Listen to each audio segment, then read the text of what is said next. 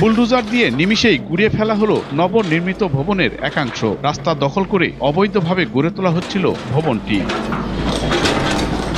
রোববার সকাল 10টায় শহরের নৌহাটা মোড়ে উচ্ছেদ অভিযান চালায় সড়ক বিভাগ।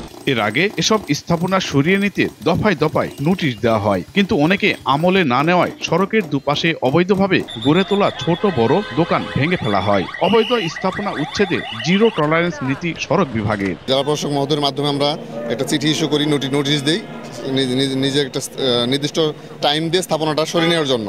সেক্ষেত্রে যদি ওই টাইমের পরে যদি না সরানো হয়, আমরা উচ্ছেদ অভিযান করতে পারি।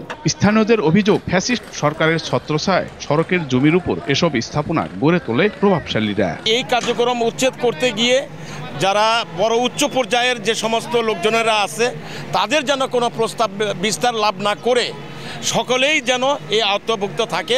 বিএনপি হোক, আওয়ামী লীগ হোক, কোনো দলের প্রভাব কেটে সরকারি জায়গায় যেন কোনো একটি স্থাপনা যেন না থাকে। প্রভাবশালী যে হোক না কেন, যদি বিল্ডিং করে থাকে অবশ্যই সেগুলো ভেঙে দেওয়া, চুরমার করে দেওয়া দরকার। রাস্তার পাশে যেগুলো বিল্ডিং রয়েছে অবৈধভাবে ক্ষমতার জোরে যারা টিকে আছে টাকার জন্য, তাদের বিল্ডিংগুলোও যেন উচ্ছেদ করা হয়। নিউ সানসিল্ক ব্ল্যাক শাইন, নজর কাড়া শাইনি চুলের নাম্বার 1 চয়েস।